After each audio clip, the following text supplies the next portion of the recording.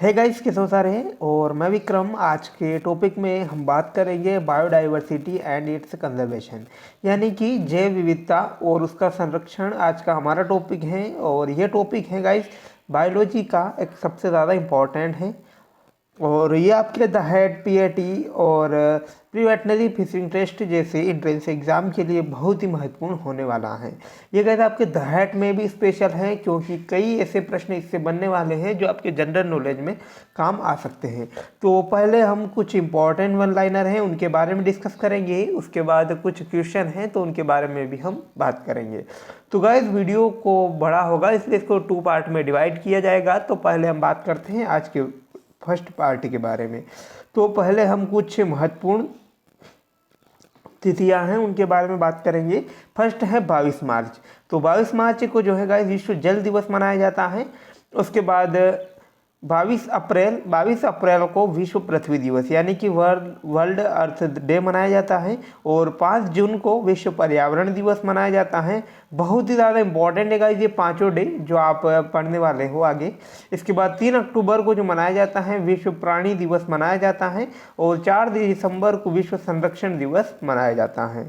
Important है। और इसके बाद रेड डाटा बुक एक पुस्तक है जिसमें संकटापन्न प्रजातियों का विवरण दिया गया है। तो ये वन लाइनर भी गाइस बहुत ही ज़्यादा इंपॉर्टेंट है। और जो पिछली पीवीएफटी एग्ज़ाम हुई थी उसमें एक क्वेश्चन पूछा गया था। तो रेड डाटा बुक जो जिसमें संकटापन्न प्रजातियों का विवरण दिया गया है। इसके बाद हम बात कर लेते हैं कुछ फुल फॉर्म के बारे में। कुछ शॉर्ट नेम है तो उनके पूरे नाम क्या होंगे। जैसे MAB तो होगा तो उसका नाम होगा मैन एंड बायोस्फीयर प्रोग्राम। तो ये इम्पोर्टेंट है। इसके बाद IBP इंटरनेशनल बायोलॉजिकल प्रोग्राम और IUCN का गाइस बहुत ही ज़्यादा इंपॉर्टेंट रहता है। और ये अक्सर एग्जाम में आता है और पूछा जाता है IUCN का फुल फॉर्म। तो इसका रहेगा international union for conversation of nature and natural resource.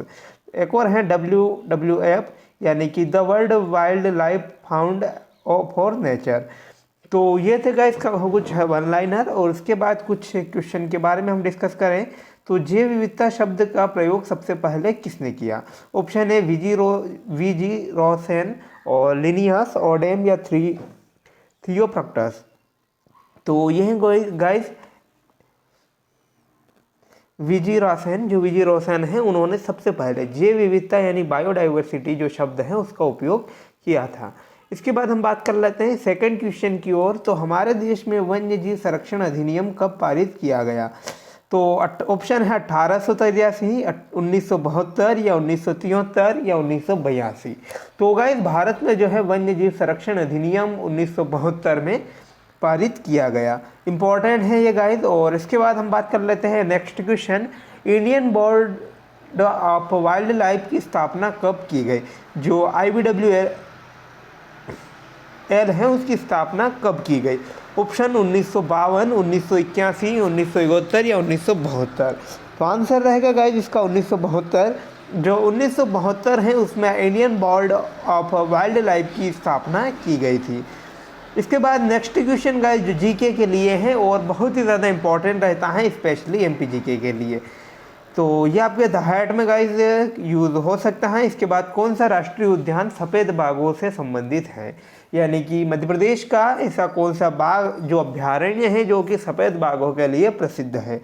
Option Kanker, Satpura, Bandhavgarh या कान्हा। तो आंसर रहेगा गाइस इसका बांधवगढ़। जो बांधवगढ़ है अपने बाघों के लिए प्रसिद्ध है।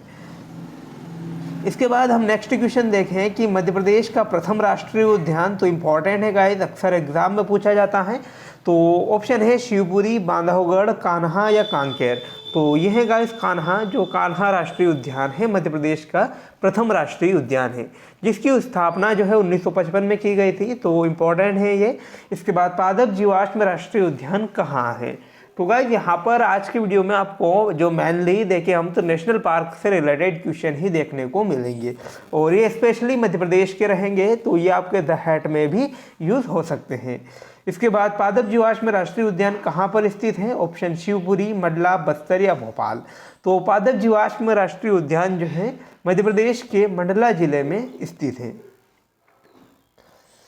इसके बाद मध्य प्रदेश का राष्ट्रीय उद्यान जिसे बायोस्फीयर रिजर्व के रूप में चिन्हित किया गया, ऑप्शन कान्हा, शिवपुरी, बांधवगढ़ या सतपुड़ा। तो यह गाइस कान्हा, जो मध्य प्रदेश का कान्हा राष्ट्रीय उद्यान है उसे बायोस्फीयर रिजर्व के रूप में चिन्हित किया गया है। इसके बाद मध्य प्रदेश का प्रथम टाइगर प्रोजेक्ट, तो ऑप्शन बांधवगढ़, शिवपुरी, सीधी और कान्हा। तो यह है गाइस कान्हा किसली राष्ट्रीय उद्यान, जो कि मध्य प्रदेश का पहला राष्ट्रीय उद्यान होने के साथ साथ पहला टाइगर प्रोजेक्ट भी यहीं से स्टार्ट किया गया था। नेक्स्ट क्वेश्चन हम देखें कि भारत का प्रथम बायोस्फीयर रिजर्व है, तो कान्हा, नीलगिरी, नोकरेक या मानस। तो आंसर है इसका गाइस नीलगिरी। जो नीलगिरी क्षेत्र है दक्षिण भारत का, वह भारत का पहला बायोस्फीयर रिजर्व रहा है। इसके बाद गेंडा के संरक्षण से संबंधित राष्ट्रीय उद्यान है कॉर्बेट, रणथंभौर, काजीरंगा या पुष्पों की घाटी। तो गाइस जो राइनोसेरस हैं उसके संरक्षण के लिए जो काजीरंगा राष्ट्रीय उद्यान जो कि असम वैली में स्थित है, उस जो है गेंडे के लिए प्रसिद्ध एक संरक्षण, उसके संरक्षण के लिए बनाया गया है। तो यह भी इम्पोर्टेंट है। इसके बाद बांदीपुर राष्ट्रीय उद्यान किसके संरक्षण से संबंधित है, तो इम्पोर्टेंट है ये, और ऑप्शन है मोर, हिरण, शेर या हाथी।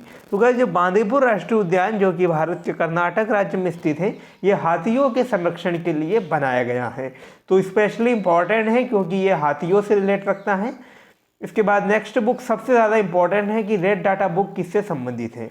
ऑप्शन है एंडेमिक पौधों से, विलुप्त पौधों से, या दीप्तिकालित प्रदर्शित करने वाले पौधों से, या विलुप्त होने वाले पौधों एवं प्राणियों से। तो रेड डाटा बुक जो है गाइस वह होती है, डी आंसर रहेगा इसका, विलुप्त होने वाले पौधों और जो जीव जंतु हैं उनसे संबंधित रखती है। नेक्स्ट, भारत में कौन सा जंतु है जो विलुप्त हो गया है, तो ऑप्शन है हिपोटेमस, स्नो लेपर्ड, चीता या भेड़िया। तो यह है गाइस चीता। चीता जो है भारत में विलुप्त हुआ प्राणी है।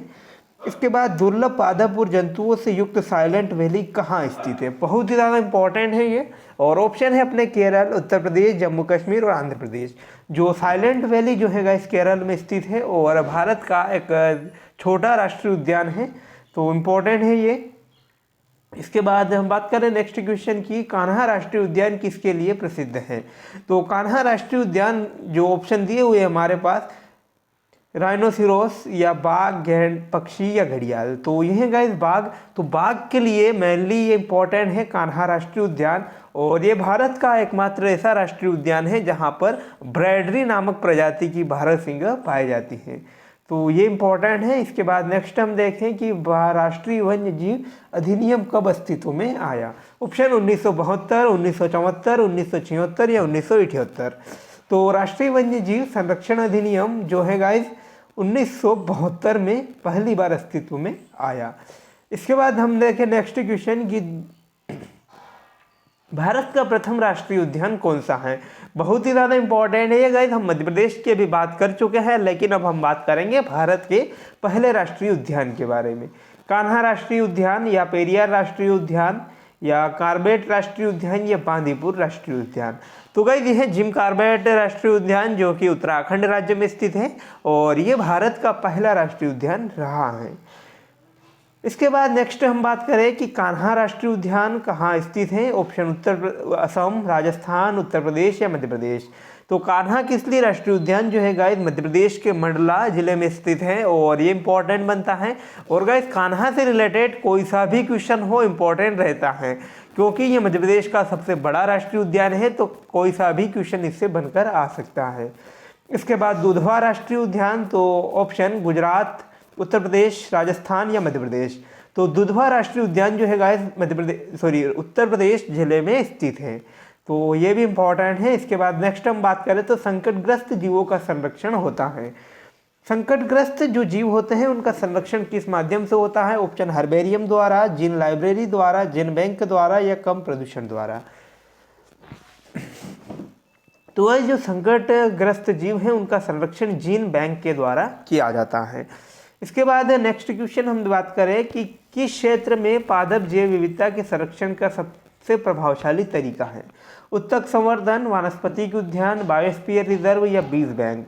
तो गाइज ये है बायोस्फीयर रिजर्व, यानी कि किसी भी क्षेत्र में पादप जैव विविधता के संरक्षण का सबसे प्रभावशाली उपाय जो है बायोस्फीयर रिजर्व है। इसके बाद नेक्स्ट हम बात करें कि जीन बैंक होता है, तो जीन बैंक क्या है? तो फ्रोजन जर्म प्लाज्म या स्पोर्स बीज या उपरोक्त सभी। तो जीन बैंक जो होता है गाइस उपरोक्त सभी इसका राइट आंसर रहेगा, जिसमें फ्रोजन जर्म प्लाज्म, स्पोर्स और बीज होते हैं। इसके बाद जैव विविधता अधिनियम भारतीय संसद में कब पारित किया गया है? ऑप्शन 1992, 1996, 2000 या 2002। तो 2002 में गाइस भारतीय जो संसद है उसमें जैव विविधता अधिनियम को पारित किया गया है। इसके बाद कम प्रजनन दर के कारण संकटग्रस्त प्रजाति हैं बड़ा पांडा या सिंह, वाइल्ड चील जिसे ईगल कहा जाता है, और डी ऑप्शन है आइसलैंड प्रजाति। तो यह है बड़ा पांडा। तो कम प्रजनन दर के कारण जो है कि बड़ा पांडा जो संकटग्रस्त प्रजाति है। इसके बाद नेक्स्ट हम बात करें कि भारत में पौधों को लाल सूची किसके द्वारा तैयार की जाती है? तो वो इम्पोर्टेंट है, ऑप्शन है botanical survey of India, forest department of India, geological survey of India या सेंसस डिपार्टमेंट ऑफ इंडिया। तो यह है बॉटनिकल सर्वे ऑफ इंडिया। जो बॉटनिकल सर्वे ऑफ इंडिया है उसके द्वारा भारत में जो लाल सूची यानी कि पौधों की जो संकटग्रस्त जो पौधे हैं या विलुप्त होने की स्थिति में हैं उनकी सूची तैयार की जाती है। इसके बाद निम्न में से कौन सा आवास तथा विशिष्ट जंतु की विषम जोड़ी है? ऑप्शन सुंदरबन जो कि बंगाल टाइगर से रिलेट रखता है, पेरियार जो कि हाथी से रिलेट रखता है, रन ऑफ कच्छ जो कि जंगली गधे से रिलेट रखता है, और दचीगाम राष्ट्रीय उद्यान जो कि स्नो लेपर्ड से रिलेट रखता है। तो इसमें जो गाइज जो विषम जोड़ी या कि जो रॉन्ग होगा हमारा वो है डी, दचीगाम राष्ट्रीय उद्यान जो कि जम्मू कश्मीर राज्य में है और इसका संबंध स्नो लेपर्ड से नहीं है। और रन ऑफ कच्छ जो कि गुजरात में है जो जंगली गधे से संबंधित हैं, और पेरियार राष्ट्रीय उद्यान जो कि केरल में है और हाथी से रिलेट रखता है, और सुंदरवन राष्ट्रीय उद्यान जो कि सुंदरवन जो भारत और का सबसे बड़ा डेल्टा जो है पश्चिम बंगाल में स्थित है। इसके बाद हॉटस्पॉट संबंधित होते हैं ऑप्शन जैव विविधता से, पारिस्थितिक दक्षता से, आवास से या पारिस्थितिक पिरामिड से। तो जैव विविधता या बायोडाइवर्सिटी का जो संबंध होता है गाइस हॉटस्पॉट से होता है। इसके बाद आज का हमारा अंतिम क्वेश्चन कि निम्न में से कौन सा प्रोग्राम अस्तित्व में नहीं है? प्रोजेक्ट टाइगर या प्रोजेक्ट चीता, प्रोजेक्ट राइनो या प्रोजेक्ट हंगल। तो आंसर है guys D, project Hangal. Project Hangal जो प्रोग्राम है अस्तित्व में नहीं है। तो गाइस आज की वीडियो में इतना ही, मिलते हैं नई वीडियोस के साथ। तब तक धन्यवाद। और आप यदि चैनल पर नए हो या पहली बार विजिट कर रहे हो तो चैनल को सब्सक्राइब जरूर कर दें, साथ ही में बेल आइकन प्रेस कर ले जिससे कि कोई नई अपडेट रहे तो उसे आप मिस न कर पाएँ। Thanks for watching guys.